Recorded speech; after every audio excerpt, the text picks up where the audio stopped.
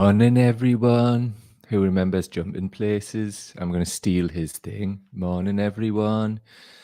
Aye, the lags there. People are in the comments, and it's showing nobody's watching. So I'll just kind of long this out a little bit. Hello, everybody's joining now. I'll start to brighten up. How he's doing? Good morning. I'll start with the most important thing: Scrappy update. Scrappy has been taken away for 4 days worth of acupuncture. So I'll not see him for 4 days apart from on FaceTime. Hopefully that's gonna help him like stand upright on his back legs and be able to toilet independently. So we'll see.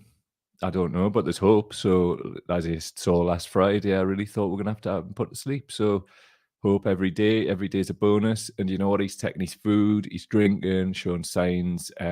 His back hips started firing, and he hadn't even had any acupuncture, and then it sort of collapsed down. But a few days ago, he couldn't really barely lift his chin up, like off the ground. So happy. So keep putting your prayers up for him, and we'll just take it every day, and hopefully he's gonna. What I want is right. I just want to have summer all together, the three dogs, me and my partner, and doing what we plan to do with the dogs. And then what will be after that, I think. I mean, bloody hell, we've held them together with like Kit Kats and not actual Kit Kats, but sticking plasters and all kinds of mad stuff. And, they're old, but we're keeping them going and we're loving them. And that's what matters. And hopefully they'll be with you in a year's time. We'll see. But thank you to everybody for all your kindness, and dogs are cool. They're the coolest. So today we're talking about some weird conference that like wants to bring Boris Johnson back. It's really interesting. Some people that you'll recognise and know on these videos and articles because they're really extracting the urine, as you can well imagine. But first, an acknowledgement as to we've done on the Facebook page, but obviously it's continuity for the show too, because everything that we're doing here is emanating from the live stream. With you guys in the live chat and other things. So today, Caroline Lucas will be speaking at the All Party Parliamentary Group meeting on long COVID. Just for people who don't follow on Facebook, I'll give you the story. Day after we did a show last Thursday with, or was it Friday? I can't remember. It was Thursday. Zach Plansky, the deputy leader of the Green Party, he reached out. We'd had a bit of back and forth about long COVID, which I'll play in a moment for continuity. And he got back to me. So first, the video. Let's play that for context. And we shall see what he said then and what I said. So here it is. I mean, just what one or two, well, two questions on the same topic from me, and then we'll take one or two from the comments, and I'll let you go after that, if that's all right. So what's your plan for people who have long COVID? The last estimate was 1.9 million people have long COVID, and it's growing. And I just don't see this on the political agenda. Whereas we broadcast at 9:30 every morning, and there's people in the live chat now who are clinically extremely vulnerable, who basically can't leave the house. So what's your plan for that? Yeah, I have a good friend who, very articulate individual who was highly passionate about politics, really, really involved. And at one point, I asked them to sign something for me, and just in the moment of signing something, couldn't remember what they were signing. Um, Obviously, then didn't sign it in terms of wasn't pushing that. But I'm talking about the fact that people's health has been so badly affected, and these stories. Sure. I think so many people have them or have experiences of people who have lost their ability to function in the way that they used to, either in small ways that people talking about brain fog or not being able to get words out, and in large ways where people are without a doubt severely disabled. And this just is not on the mainstream narrative. So I think the first thing is to talk about it more. My colleague on the London Assembly, Caroline Russell, was chairing the health committee, and she certainly made sure that long COVID was on the agenda there. But on the national level, that needs to happen too. I think there's a much broader point, though, about our health system, where we have 133,000 vacancies in the health system. And we have both a Labour opposition and a Tory government who are not willing to give the NHS the investment it needs. And we put £6 billion extra a year into the NHS, including money for adult social care and making sure that's also supported. But I think more than that as well is talking about workers' pay and the pay of people who work for the NHS. And again, right wing media narratives often pit workers against workers. But the Institute for Fiscal Studies, who are hardly a radical organization, said that if you were to give everyone a 7% pay rise, and I think it should be more than that, but let's say 7%, that would only cost £5 billion. So, in the grand scheme of what a government's budget is and where we could raise money from, giving all NHS workers a decent pay rise, and I was really pleased the Green Party were the only party that backed the NHS's call for a 15% pay rise for all NHS workers. These things are all credible things they can do. Now, that's not avoiding the question about long COVID, but my point here is if you have all of these vacancies and you have an NHS that's struggling to deal just with a basic service, you can understand why new issues, new relative to 2019, are being lost, are being ignored, why waiting lists are getting bigger, why research isn't happening, all of those things. Ultimately, we have an NHS that's been chronically underfunded and underprotected from politicians. And I think it's all a question of political priority. And if people's health is not one of our priorities, then you really have to question what is the point of the government. So dealing with long COVID by talking about it more, but talking is not going to be what changes this. It needs investment and it needs research, and it needs to make sure that there's an NHS that's properly invested in. I agree. And I mean, like, obviously that's the sort of medical individual issues, but also beyond that, if we take it from a societal perspective, it's unsustainable. The economy cannot like support this amount of additional working age people who are disabled. I mean, just from my perspective, I was one of them. I mean, I've come out the other side, but I had the brain fog, like you said there about your friend who couldn't sign stuff. I couldn't remember what I was doing. It was intensely scary. I had such a low immune system. I had shingles for a year. Like that was, I mean, I'll not go any deeper, but it wasn't great. And there's people in the comments who are saying this too. We've found out that mitigations can be done. And there's things called either HEPA filters or HEPA filters. These have been installed in the Palace of Westminster, the Ministry of Defence, and they're in every room at the World Economic Forum. So that, like, what for people who don't know, they remove COVID from the air. I mean, if you look over my shoulder, right, it's that white thing there. Hold on a minute. There. That's one there. It cost £50 and it changes the air in the room 5 times an hour. In Andalusia, the public transport system have had them installed on every bus. Also in South Korea, the government there are optimizing their engineering department to build one for schools because they understand that like schools are a vector for COVID and other disease. And it's not just COVID they remove. So there's precedents for this. Our own country's doing this. It's not being promoted or anything like that. And nor had the government acknowledged that it's an airborne disease. So what I'm asking you is, are you going to start talking about this? Because there's no politicians talking about this. It's just a problem that's been built up for the future. The economy will crash, but also there's so much heartache. I know people in the last 2 weeks. One guy was a care worker throughout the pandemic. He's had multiple infections. We found out recently a Stanford study, and it is a preprint, has said that multiple infections close together is akin to the effect of HIV on the immune system. No politician is talking about this, and this is going to explode, not just in individuals' lives, but on a society level. So with that being said, would you commit to actually talking about like getting simple filtration systems in public transport and public schools? Because I can't see how any politician can continue to be credible if they aren't talking about this too. What do you say? Yes, I'm really sorry to hear about your personal experience, first of all. Pushing back on your question very slightly, but I'm agreeing with you. It is something we've been talking about, and there's evidence and links for that. I think that speaks to a wider issue that the Green Party, we just often don't get heard unless it's about an environmental issue. Then the media rush to kind of have our opinion on it. But on health, on class, on poverty, we really need to fight to be heard. Now that's improving. And over the election period, I didn't stop. I was on Sky, BBC News, LBC, like it was just constant. But that was because during that very short period, there's balancing rules. And so the broadcasters have to give us equal time. And then as soon as the election finished, it just goes away. And actually the media opportunities get very, very few and far between. And so often when we get on the media, we just have to go for a one simple core message, which is often, for me, there's no environmental justice without racial, social, and economic justice too. And that's something I say all the time. Now, this, I would argue, is included in that. This is about health justice, and this is about poorer people not having the same access to the same basic precautions that something like the Ministry of Defence or Westminster have, and that's really important. I'd also point out that we have a spokesperson, Dr. Pahlavi, who is a GP who has been speaking about this too. And it's something I'm really proud of in the Green Party, that our spokespeople, so if you look at our education spokesperson, they're a sixth form teacher. They're spot on. So, excuse me, I hadn't talked for a while, so bit of a frog in my throat.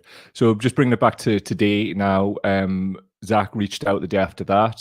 He didn't have to do that, because how this tends to go is politicians want us for our platform, they get the platform, and we rarely hear from them again unless they want something. Like, he got in touch and he gave something. And just to those people like, oh, look at you, right up the arse of the Green Party. I'm not endorsing anybody, but if I wanted to, I will. What this is about is the fact that we're reporting on an experience that we've had with politicians, and we would do that without fear or favor, as you know.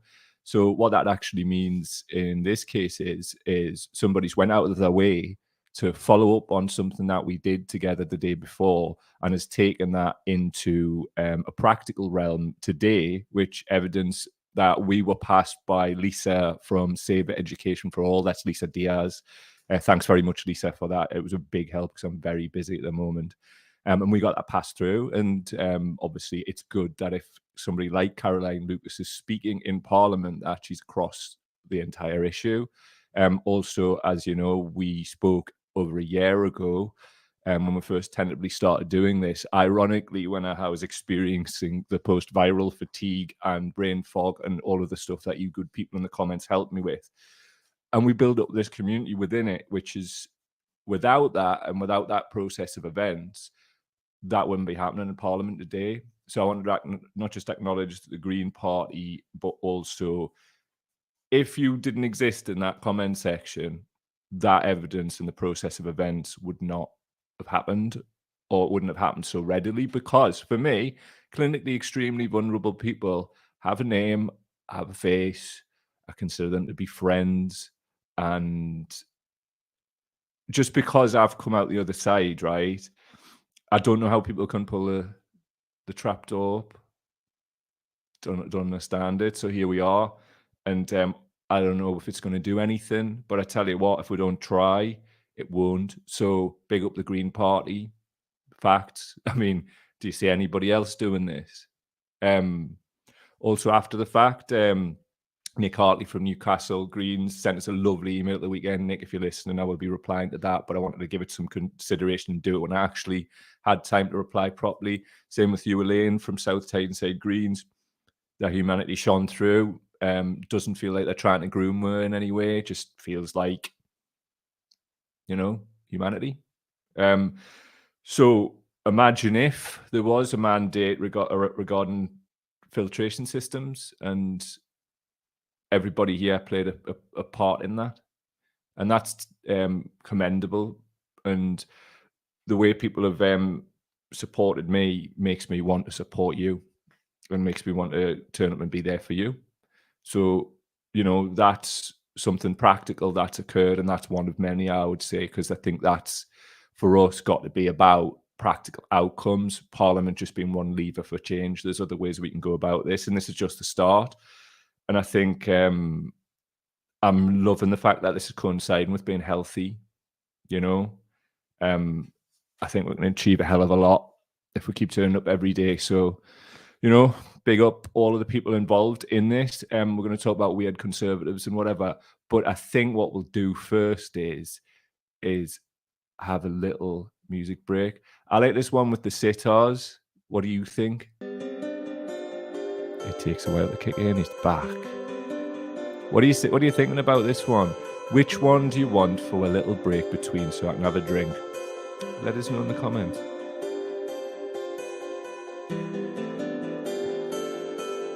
If you're sitting on the metro, don't worry.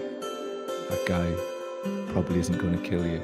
But the media has told us to be afraid of everybody. Anyway, back in the room.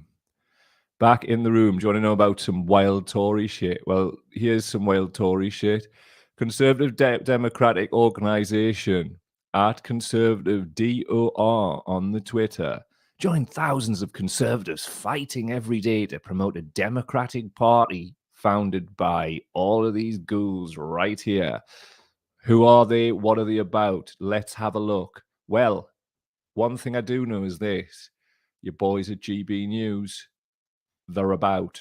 They're deeply ingrained in it. I mean, imagine the whole Dan Wooten situation, man. You turn up, oh, is that Dan Wooten? Oh, it fucking is. So what's he got to say for himself? Let's have a Dixie. Over 90% of people here say that they are Team Boris rather than Team Rishi. Isn't the solution to winning the next general election to simply return Boris Johnson to the leadership? He is an electoral asset, in my view. And, you know, I will always say that. I absolutely believe that. I actually very much hope, I really do. He's a big campaigner, he's a big figure, you know, big box office in the grassroots. We're going to need him. We will need him to come back and re-galvanise and re-energise the grassroots as we go into an election. A leadership challenge before the next I'll be very candid. I don't think that's going to do us the world of good at all. And partly because of everything that the public saw last year. I can't explain that to you know, members of the public when I knock on doors. They do say to me, and I was out there campaigning a lot during the local election campaign in parts of my constituency, bring back Boris. People were saying that to me very actively and feeling quite embarrassed about what has happened over the last 12 months.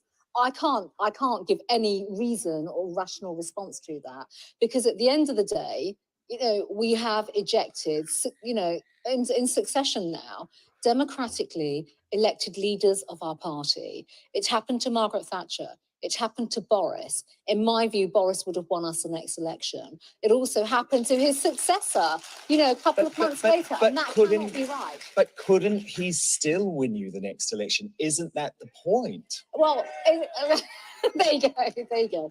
Over 90%. He's blatantly, right? Boris Johnson, that is, blatantly going to do something.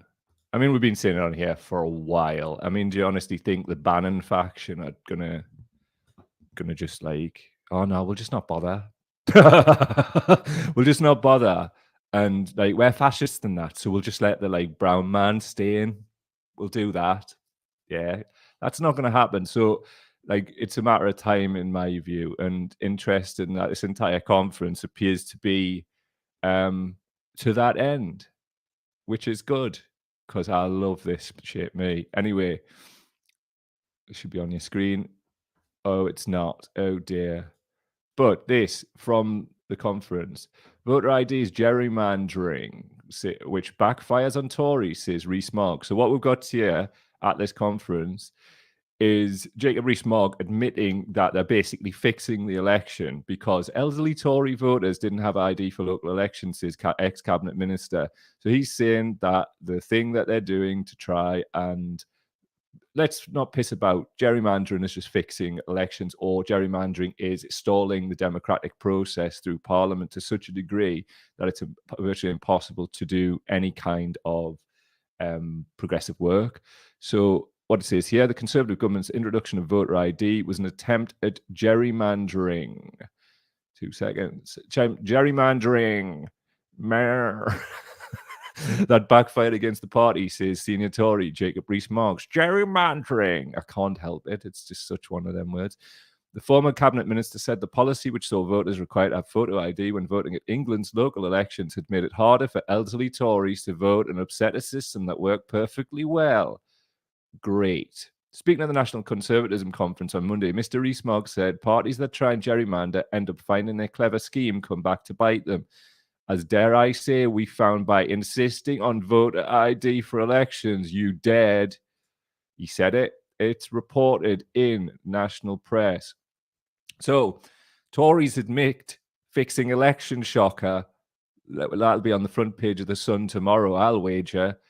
That's right, GB News leading with, how did we get it all so wrong? How? Honestly, that Dan Wooten, man. Check this oddball out, though, man. Like, do you remember when William Hague stood up at Tory conference when he was a Ben and just started giving it the whole Tory boy stuff, which, by the way, was the inspiration for Harry Enfield's Tory boy character. Just bear with me. and we shall see this oddball. Check him. Throughout the world, we're seeing the rise of a new dangerous ideology, woke. Wokeism has infected Western civilizations under the guise of liberalism. Many in my generation have succumbed to the woke mind virus and have become the most intolerant generation in history, believing you can cancel or intimidate people you disagree with. We have seen this none more so than in the Labour Party, with Rosie Duffield and one of my personal heroes, J.K. Rowling. Wow. Two women who have simply told the truth and stood up for the basic fact that a woman cannot have a penis. The woke mind virus. And for that, they're called right wing. Well, friends, if that's right wing, I've never been more proud to be a conservative. Absolute rotter bag. So this is the next generation of oddballs coming in like a death threat. There's no such thing as the woke mind virus. This is the type of shit that Bannon makes up and then proliferates around his networks and oddball talking heads like that little Tory shite bag there, giving it 9 out. I mean, I can't take people like that seriously, but I'm not all people, and some people do. And this is where oddballs like this unprecedentedly are like connecting with just Raj packets from Bolton and the Cosmic Scallies and people like that. They're all saying this woke mind virus shit. It doesn't exist, man, at all. I'm not going to get too deep because we do this quite a lot on here, so plenty back catalogue for you. But woke mind virus, what a bunch of oddballs. Let me take some comments though before we move on to this next bit. Jojo knows woke mind virus, laugh emoji, indeed crazy. Jez Hunt, it's not gerrymandering, that's moving county borders just about suppression, and there's no figures because they weren't recording it. Jez knows, as usual. Leon saying, Moggy saying the quiet part out loud. True. Jacqueline is saying, the good thing about Patel, Braverman, and Sunak it is encouraging to know that anyone, no matter what their skin color, can be an inhumane monster. Indeed. I saw Darren McGarvey tweet a picture of Suella Braverman earlier with the caption along the lines of breaking news.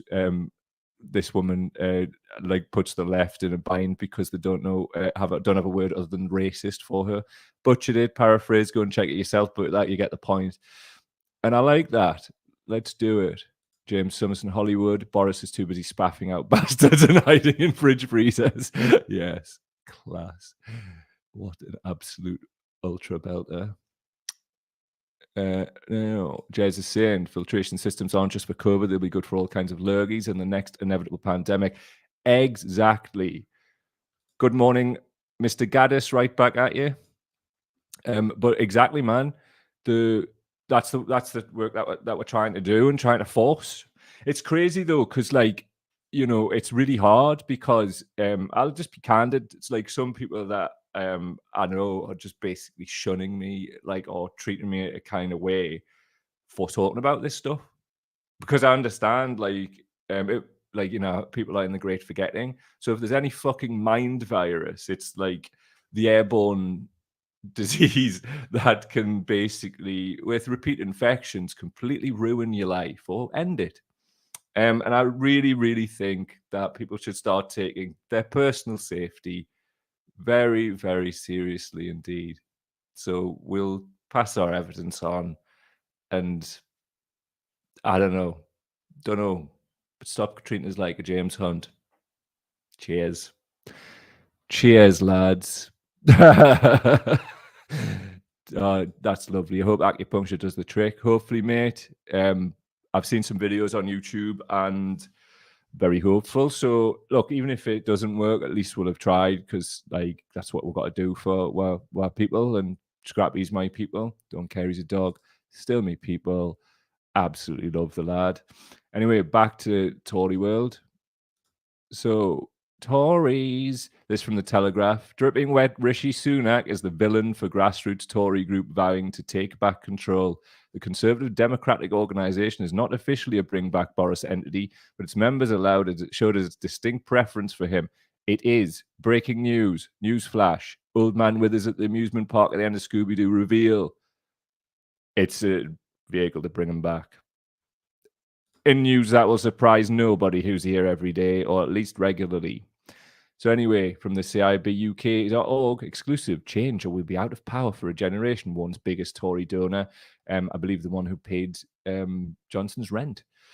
Tickets available, conference and dinner dance with Jacob Rees-Mogg. I'll pass, thank you. And Priti Patel, I'm good. I'm good.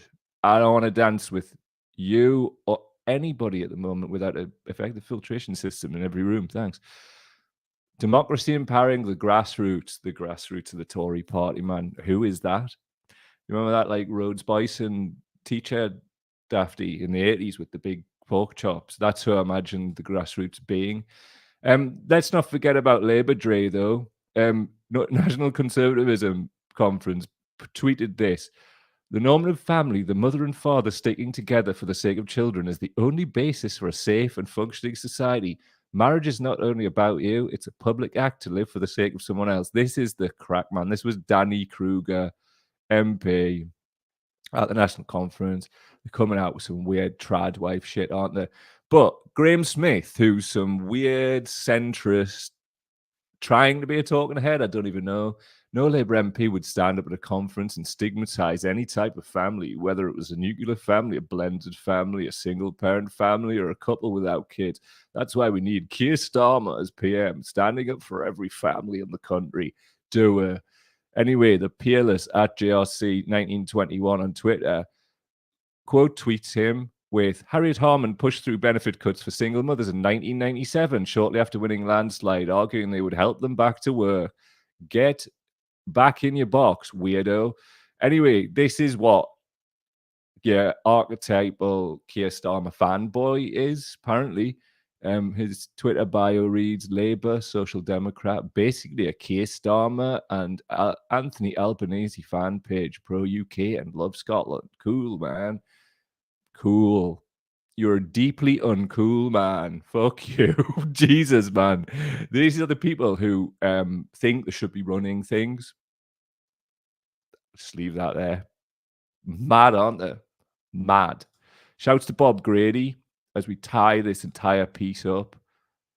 He sent us this just before it went on air, but great minds were thinking alike, weren't they, Bob? And record numbers not working due to ill health, says the BBC. Why?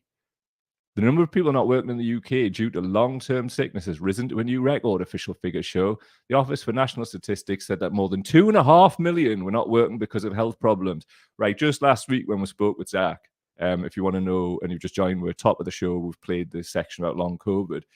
I referenced it was 1.9 million. So that's grown then. Not in the last week. Those are just the figures I had to hand. So these are new. 2.5 million people. That is growing exponentially and completely and utterly unsustainable, not just for the family and the individual, which is the main thing we should be thinking about, but society in general. We say this all the time. How can we have people of working age when there's a parent skills shortage and all of these other jobs that apparently need to be filled, and there's just more and more people getting ill? It's impossible to run a society like that. And I suggest that's why the South Korean government have optimized their engineering department to build filters for schools. And that would be a normal thing to do. So 2 seconds, I'll read on. The Office for National Statistics said more than 2.5 million people were not working because of health problems. There'd been a rise in mental health issues in younger people, the ONS said, as well as in back and neck pain. Why? More later. Possibly due to home working. Sorry. The latest jobs data also showed a rise in part-time and self-employed workers, helping to push up the employment rate. The number of job vacancies fell again as firms hold back on recruitment, although the level still remains high. The ONS figures also showed that the squeeze on pay remains, with increases in regular wages failing to keep up with the rising cost of living. What else? So at Turn on Twitter, which is a really good long COVID account, because of neck pain and back pain. Oh, that would be caused by the neurotropic virus that everyone caught that kills cartilage. No, it's caused by home working. Sarcasm as ever from Turn there, but right. Listen, I don't know if this is planned or the state of journalism and there's no like interrogation of facts or whatever, but Maybe it's all of those things. But we know, and the people who turn up here all the time know, the people listening on the playback, everybody who's been here supporting and helping this grow know that that article is absolute fucking trash. Trash. Trash. We've just been effectively locked in our houses for like multiple years, right? And then we're just forgetting about like all of the shit that we've had to deal with. And then off into some weird, like great forgetting roaring 20 shit. When this is happening and people are just waving it through. And I don't care if I fall out with absolutely everybody ever. What we're doing here is right. And we're not whinging about it. We're doing practical things. Like, I just don't understand this, but I'm not going to go into another rant about like why people are just obviously off their nut. There's no need. It's so clear and demonstrable. And the only thing that detractors have got is to play the man, not the evidence. That's fine. Got thick skin. Not wrong though. And it's at the end of the day, it's not it's just not fucking acceptable. It's not acceptable anymore to just deny the existence of this. And I'm going to treat people as such as and when I receive negative energy. Because I'm not the enemy. We are not the enemy. The people wrapped around this show, and as I said at the top of the show, this evidence wouldn't have got submitted to Caroline Lucas without. Like, they're not to be forgotten about, and we're not just going to like look the other way. And if that attracts hate, good, because that's a reflection of you, not us. Facts. Jez Hunt here. People are worn out, working 2 jobs, still not making enough money. It's going to make the mill. Wait, no, it's because of the woke mind virus. Probably cure that with air filter systems, mind. I love the way you've tied all that up in one sentence. The entire show, hermetically sealed. It would be a great point to end it. But we should need to take some more. John O.C., nice to see you, man. My family got the woke mind virus early on when my mum chucked my dad out. Class. Absolute class. Right. See if there's any more. Carlos in the house. Nice to see it. The more I see of this, the more it reminds me of early stage Nazism. That's exactly what it is. I know you're referring to the National Conservative Conference, which, you know, is the word national. Jacqueline's saying, will Scrappy Stamp have loads of needles stuck in him? Wouldn't he try and take them out? To be honest, he doesn't have the range of movement to be able to take them out. And he can be... he's not really a wriggler. He's generally quite compliant. He might like screech a little bit, but he tends to screech a little bit if he thinks he's going to be in pain as well. He's always done that even before this. So, but the good news is he stopped screeching so much in pain. And he's starting to, like, we've basically got him on gabapentin. Obviously, I don't want him on that forever, but it's helping him with the nerve pain, helping him to like mobilize. So the acupuncture will come along as well. And then we'll talk to the vet about like pain management from there. But obviously, we're only going to do that if his quality of life is at the right level, obviously. So this is the period that we're in. It's a test. Really do appreciate all the Scrappy love as well. Class. Joanna's saying, I'm keeping my mask on to protect against all germs. I'm always going to wear one. FFP2 is the way. I'll keep mentioning it. I'll keep saying it. Like, that's what we've got to do, man. But also, we've got to get filter systems so it makes this whole thing moot.